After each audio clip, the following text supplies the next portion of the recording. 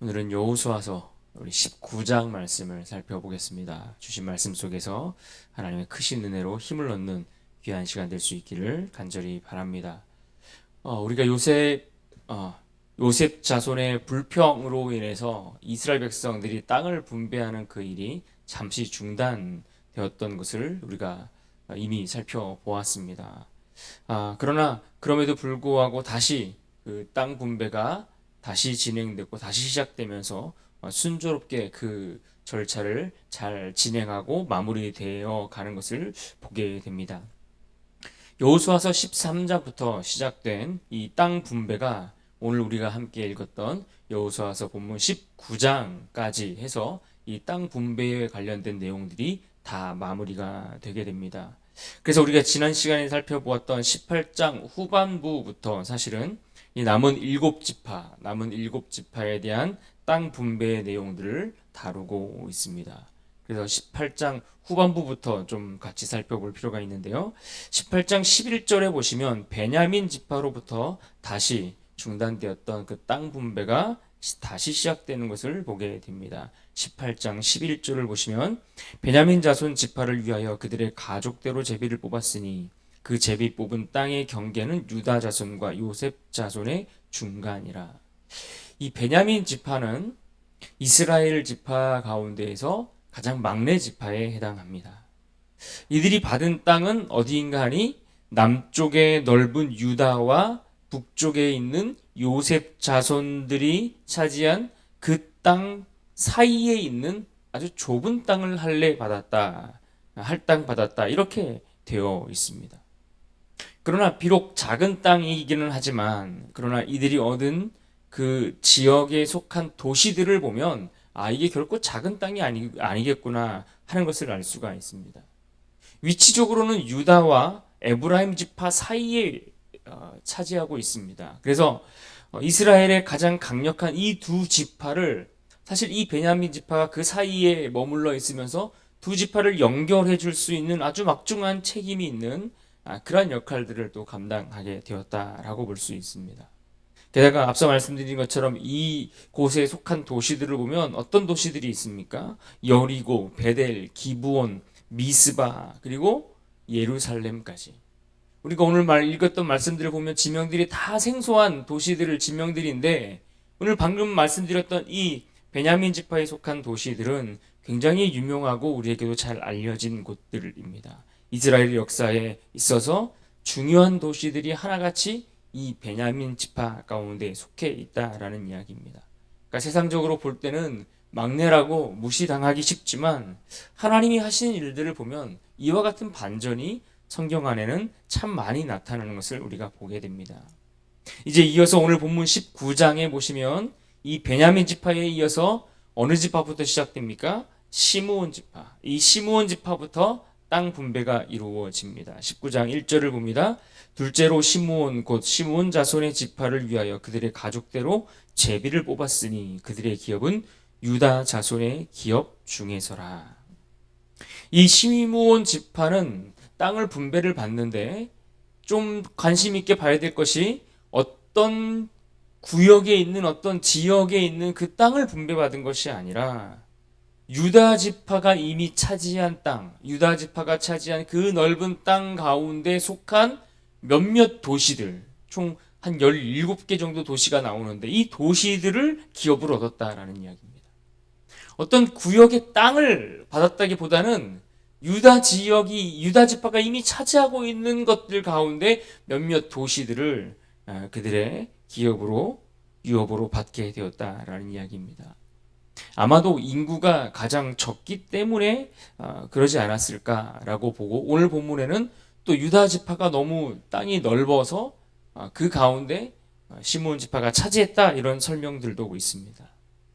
그런데 이 시므온 지파가 민수기 26장에 나와 있는 인구조사를 기준으로 볼 때에 민수기 1장에서 첫 번째 인구조사가 있었던 때와 40년이 지난 26장에서 나오는 그 인구조사를 비교해보면 5만 9천에서 2만 2천 명으로 대폭 인구가 감소하는 것을 보게 됩니다. 대부분의 지파가 인구가 거의 감소하지 않지만 이 시므온 지파는 인구가 꽤 많이 감소하게 됩니다. 이유는 무엇입니까? 광야에서 바알볼의 사건, 그 바알볼의 음행 사건으로 인해서 하나님의 심판을 받았기 때문에 이 시므온 지파가 급격하게 인원이 줄어들어서 아주 가장 약한 작은 지파가 되고 맙니다. 결국 이 죄의 결과가 우리들의 삶의 자리 속에 어떻게 구체적으로 그 결과가 드러나는지를 우리에게 잘 보여주는 그 죄의 영향력, 그 죄의 결과, 이것들을 우리가 눈으로 확인할 수 있는 대목입니다. 또 이 시므온과 레위 지파는 야곱에게 있어서 어떤 예언의 말씀들을 들을 때에 어떤 말씀을 들었는가? 그들은 이스라엘 중에서 흩으리라, 이스라엘 중에서 흩어져 살게 될 것이다, 이런 예언의 말씀을 창세기 49장에 보면 기록되어 있는 것을 볼 수가 있습니다. 물론 레위 지파는 제사장 지파이기 때문에 흩어져 살아간 것도 있습니다. 그러나 이 두 지파에게는 어떤 일이 있었는가? 이 야곱의 딸이 강간을 당해서 어려운 상황들을 만났을 때에 어떤 일을 벌였습니까? 이 두 사람이 주도적으로 그 일에 앞장서서 세겜성 사람들을 속임수를 써서 그들을 속여서 잔인하게 그들을 몰살시키고 죽이는, 살인을 저지르는 그러한 일들을 벌이게 됩니다. 그래서 그때 그 사건으로 인해서 그와 같이 그들이 이스라엘 중에서 흩어지리라, 이런 말씀의 예언을 듣게 되었는데, 그 말씀처럼 오늘 시므온 지파가 유다 지파에 속한 땅 가운데 여러 도시를 얻어서 그렇게 흩어져 살아야 하는 그러한 결과를 맞게 되었다라는 것을 볼 수가 있는 겁니다. 그렇게 시므온에 이어서 오늘 본문에는 스불론, 이사갈, 아셀, 납달리, 그리고 마지막으로 단 지파까지, 그렇게 이스라엘의 12지파가 모두 그 각각에 주어진 땅들을 분배받고 유업으로 하나님께서 그들에게 허락하시고 그 분배하는 작업들이 잘 마무리되는 것을 보게 됩니다. 이 땅을 분배한다는 일이 사실은 얼마나 복잡하고 어려운 일입니까? 이해관계가 다르고 계산하는 방식이 다르고 서로 그 이익을 조금이라도 어떻게 하면 더 가져올 것인가, 이것 때문에 참 다투기 쉬운 부분들 아니겠습니까? 오늘날도 생각해 보면 이 땅 문제 때문에 얼마나 이게 인간 관계 속에서 어려운 일들이 많이 발생합니까? 그런데 이 과정을 우리가 말씀 속에서 보면 이 요셉 자손이 중간에 불평을 잠깐 내비쳤던 그런 일들이 있긴 했지만, 그러나 그 과정조차도 잘 추스르고 마지막까지 땅을 분배하는 이 중요한 막대한 이 사명을 잘 마무리하고 그 임무를 수행하게 되는 것을 보게 됩니다. 앞서 1절에서 말씀하셨던 것처럼 이 땅을 분배하는 방식은 제비뽑기라는 방식이었습니다. 물론 그들이 땅을 차지한 그 결과를 놓고 보면 하나님께서 분명 그 제비뽑기라는 방식을 통해서 일하셨고 그것을 도구 삼아 하나님께서 사용한 것이지만, 또 야곱을 통해서 이미 이스라엘 백성들, 그 지파들을 향하여 예언하셨던 그 말씀이 성취되고 이루어진 것을 볼 수 있습니다. 하지만 이렇게 진행되는 그 일에 있어서 정말 절대적으로 순종하고 순복하여 그것을 인정하고 따라가는 것은 결코 쉬운 일은 아닐 것이라는 겁니다. 사람은 언제나 자기 이익과 관련된 일에 잘 순복하지 않는 부분들이 있습니다. 내 이익이 걸리면 절대 순종하거나 그것을 인정하지 않는 것들이 너무나 큽니다. 그래서 이 정치권에서 선거가 끝나고 나면 늘 불복해서 이런저런 이유로 다시 무효를 요구하는 소송을 걸고 이런 일들이 굉장히 흔하지 않습니까? 일반 스포츠 경기에서도 마찬가지입니다. 경기에서도 어떤 경기에서 졌음에도 불구하고 그 진 경기에 대해서 인정하지 못하고 받아들이지 못하는 경우들이 많습니다. 우리가 졌지만 사실은 이긴 거다 막 이러면서 그렇게 이야기하는 경우들이 얼마나 많이 있습니까? 교회라고 다를까요? 교회마다 참 부끄러운 일이지만 임직 투표를 하고 나면 그것에 승복하지 못해서 교회를 떠난 일들 굉장히 많습니다. 어떤 일들에 대한 결과를 놓고 서로 인정하지 못해서 다투고 갈등이 생기고 분열이 일어나는 아주 부끄러운 모습들이 교회 안에서 많이 일어나는 것을 우리는 보게 됩니다. 그럼에도 불구하고 이스라엘은 지금 말씀해 보면 마지막까지 잘 순복하고 그것들에 대해서 인정하고 그 결과를 받아들이고 그런 아주 아름다운 모습들을 보면서 그들에게 주어진 이 땅을 분배하라고 말씀하신 하나님 맡기신 그 임무를 잘 수행했구나라는 것을 보게 됩니다. 이것을 통해서 우리가 무엇을 알 수 있습니까? 이스라엘이 이 광야를 거쳐 오면서 이 그들에게 주어진 열매의 결과라고 그렇게 볼 수가 있는 것입니다. 이들이 지난 40년 동안 광야를 왜 헤매고 그 광야에서 시간을 보내왔습니까? 바로 불순종했기 때문 아니겠습니까? 인정할 수 없고 받아들일 수 없고 내가 그것을 용납하지 않으니까 그것이 문제가 되어 결국 불순종하게 되고 하나님 앞에 순복할 수 없어서 그래서 결국 40년이라는 시간을 광야에서 보내지 않았습니까? 하나님의 뜻에 순종할 줄 몰라 광야를 통해 순종하는 법을 배워야 했기에 결국 그 열매가 오늘 이렇게 땅을 분배하는 그 모습 속에서 나타났다라고 볼 수 있는 것입니다. 아마도 땅에서 이 광야에서 땅을 분배했다면 그들은 웬만한 결과에 대해서 그 주어지는 일들에 대해서 인정하지 않고 받아들이지 않고 정말 더 큰 다툼이 일어났을 것입니다. 그런데 광야를 통해 이들은 하나님의 뜻에 순종하는 법을 순종하는 일을 배워가게 된 것입니다. 그리고 실제로 가나안 땅에 들어와서 이들이 정복 전쟁을 해 나가는 그 과정 속에서도 순종하는 것, 하나님의 말씀대로 인정하고 따라가는 것, 그것이 그들에게 결국 승리를 준다는 것을 그들이 맛보고 누리고 그것을 통해서 땅을 차지하고 있는 모습들을 그들이 경험하지 않았습니까? 그래서 이 땅을 분배함에 있어서도 제비를 뽑았지만 그것들에 대해서 하나님을 신뢰함으로 순복하여 잘 마무리되었던 것을 보게 됩니다. 그래서 오늘 본문 마지막 51절에 보면 이렇게 땅 분배가 마무리되었다라고 이야기합니다. 51절입니다. 제사장 엘르아살과 눈의 아들 여호수아와 이스라엘 자손의 지파의 족장들이 실로에 있는 회막문 여호와 앞에서 제비 뽑아 나눈 기업이 이러하니라. 이에 땅 나누는 일을 마쳤더라. 그런데 이들이 이렇게 제비를 뽑아 땅을 분배하는 일에 잘 순종하고 또 인정하고 받아들여서 잘 마무리할 수 있게 되었는데 여기에 이와 같은 잘 마무리할 수 있었던 또 중요한 하나의 이유가 더 있는데 그것은 바로 여호수아가 보여주었던 리더의 헌신 때문이었다라고 볼 수 있습니다.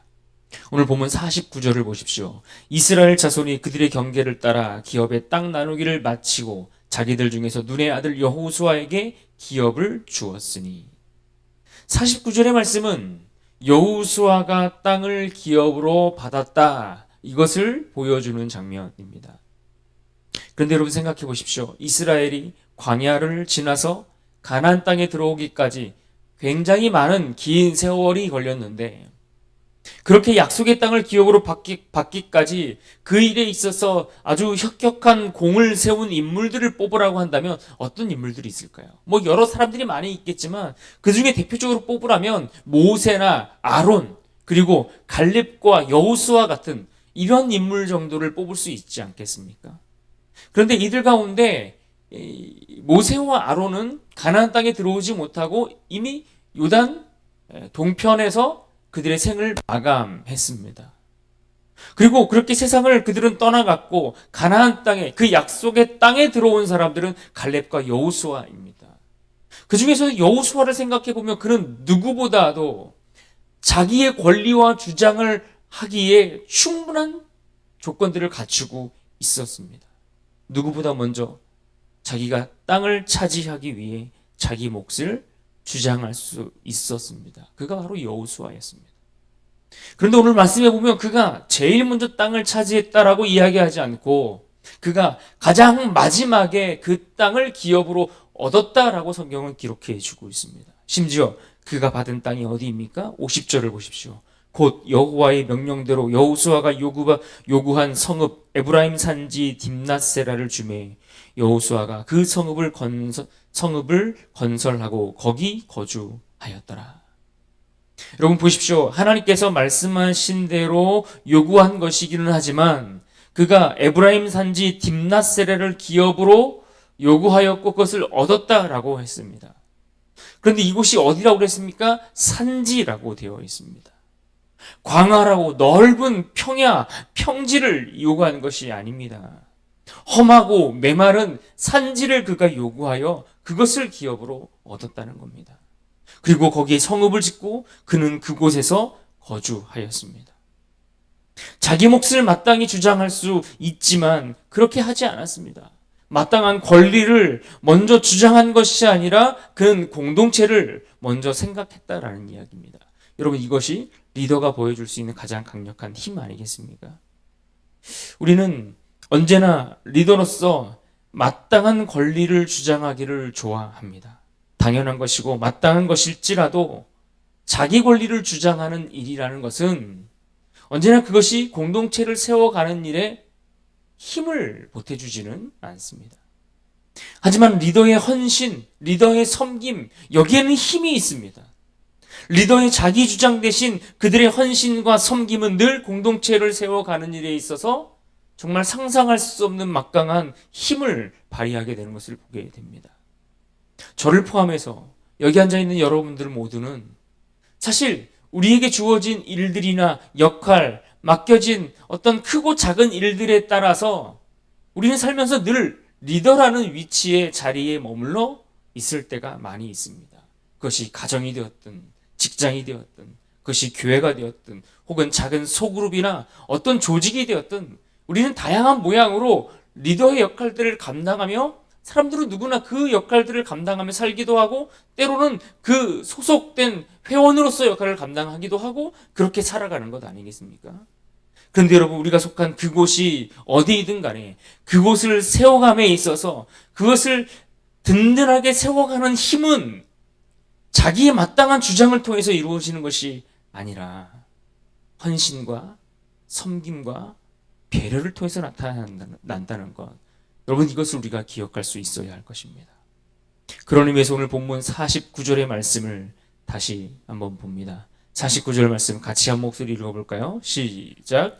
이스라엘 자손이 그들의 경계를 따라서 기업의 땅 나누기를 마치고 자기들 중에서 눈의 아들 여호수아에게 기업을 주었으니 공동체의 중요한 임무를 마치기까지 섬김으로 리더의 역할을 잘 감당했던 이 여호수아처럼 오늘 우리가 속한 그곳에서 우리에게 맡기신 그 자리에서 우리가 어떤 역할을 감당하든 우리가 공동체 안에서 잘 섬김으로 하나님의 나라를 잘 세워가는 그런 복된 인생으로 우리 모두가 설 수 있기를 주님의 이름으로 축원합니다.